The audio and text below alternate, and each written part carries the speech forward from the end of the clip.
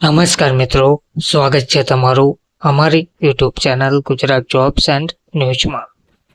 મિત્રો, નવા વર્ષમાં કર્મચારીઓ માટે અને પેન્શનરોના મોંઘવારી ભથ્થામાં વધારાને લઈને ખૂબ જ મહત્વના સમાચાર સામે આવ્યા છે.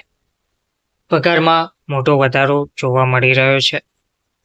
7મો પગાર પંચ નવા વર્ષમાં કર્મચારીઓ અને પેન્શનરોના મોંઘવારી ભથ્થાને લઈને ખૂબ જ સારા સમાચાર લઈને આવી છે. 1 કરોડ કેન્દ્રીય કર્મચારીઓ અને પેન્શનરો માટે સારા સમાચાર સામે આવ્યા છે. તો નવા વર્ષમાં ફરી એકવાર મોંઘવારી ભથ્થામાં તો વધારો થશે જ. જોકે ડીએમાં કેટલો વધારો થશે તે એઆઈસીપીઆઈ ઇન્ડેક્સના અર્ધવાર્ષિક ડેટા પર નિર્ભર રહેશે. કેન્દ્ર સરકાર તરફથી 50 લાખથી વધુ કર્મચારીઓ અને 65 લાખથી વધુ પેન્શનધારકોને લાભ મળશે. આ વધારો 7મા પગાર પંચ હેઠળ કરવામાં આવશે.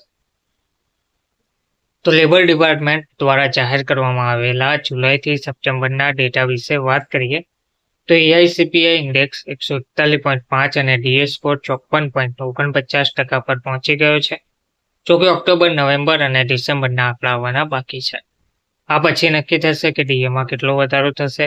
જો ડિસેમ્બર 2024 સુધીમાં ઇન્ડેક્સ 144.45 પોઈન્ટ સુધી પહોંચે છે અને ડીએ સ્કોર 55% કરતાં વધારે છે તો ડીએમાં 3%નો વધારો નિશ્ચિત માનવામાં આવશે. જોકે અંતિમ નિર્ણય મોદી સરકારે લેવાનો હોય છે.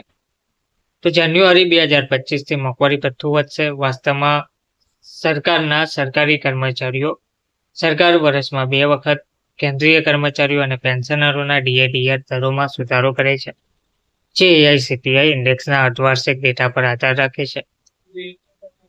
આ વધારો જાન્યુઆરી-જુલાઈથી થાય છે. જાન્યુઆરી 2024થી ડીએમાં 4%નો અને જુલાઈમાં 3%નો વધારો કરવામાં આવ્યો હતો. ત્યારબાદ ડીએ વધીને 53% થઈ ગયો છે.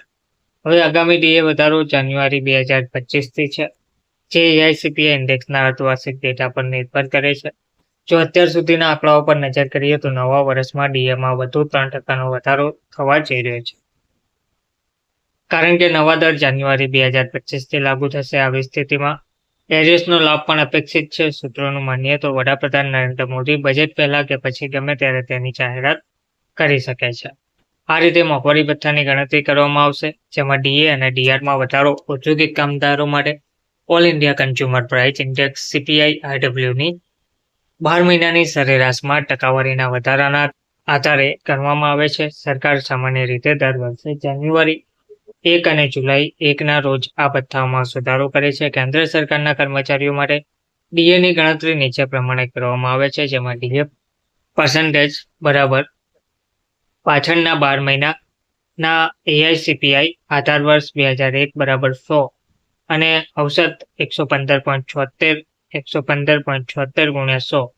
તો જાહેર ક્ષેત્રના કર્મચારીઓ માટે ડીએની ગણતરી નીચે પ્રમાણે કરવામાં આવે છે. ડીએ પર્સન્ટેજ પાછળના 3 મહિના માટેના એઆઈસીપીઆઈ આધાર વર્ષ 2001 બરાબર 100 અને 126.33 ગુણ્યા 100 તે રીતે ગણતરી કરવામાં આવે છે.